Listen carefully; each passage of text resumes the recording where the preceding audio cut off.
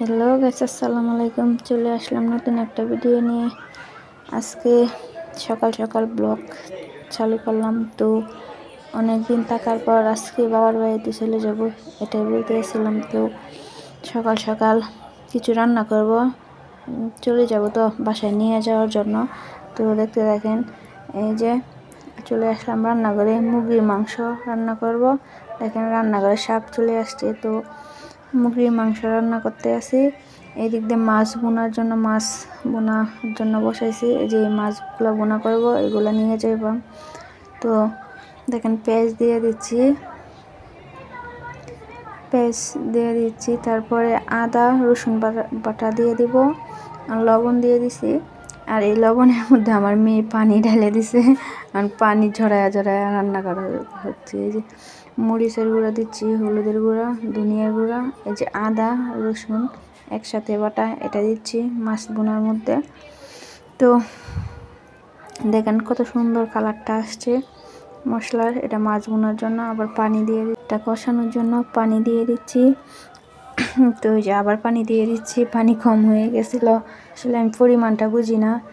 এখানে রান্নাঘরে সকালে বৈশা রান্না করতেছি। তো একা একা আমার আম্মু আবার 2 মেয়েকে নিয়ে চলে গেছে। এই যে মুরগির মাংস বসায় দিলাম, বাটা শেষ। এইখানে পেঁয়াজ রসুন বাটা দিয়ে দিলাম পাতিলে। তো লবণ দিয়ে দিলাম, লবণও অ্যাড করা হয়ে গেছিলো। এখন এটাকে ভালো করে তেলে ভাজা হইব এইখানে। তো এখন মশলা দিয়ে অ্যাড করব।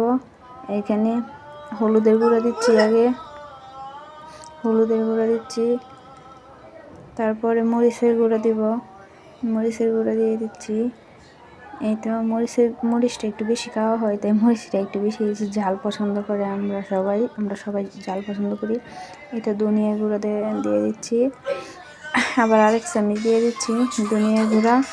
তো এই যে আদা বাটা দিয়ে দিচ্ছি।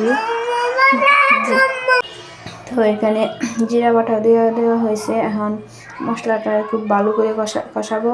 আজকে কি হয়েছে জানেন, মাংস রান্না করছি, গরম মশলাই দেওয়া হয় নাই। রান্না করার পরে খাওয়ার সময় মনে হয়েছে গরম মশলাই দেওয়া হয় নাই।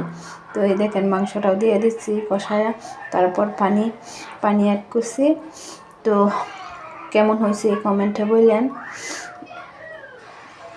তো জুল দিয়ে দিছি, মাংস ভাজা নিছি, তো তাই বেশিক্ষণ হইব না। ওই যে রান্না কমপ্লিট। এই তো রান্না করা কমপ্লিট। এখন মেয়েকে নিয়ে খুলে নিয়ে বের হয়ে গেলাম। তো ভিডিওটি বেশি বেশি দেখবেন, লাইক করবেন, কমেন্ট করবেন, সাবস্ক্রাইব করবেন। আল্লাহ হাফেজ।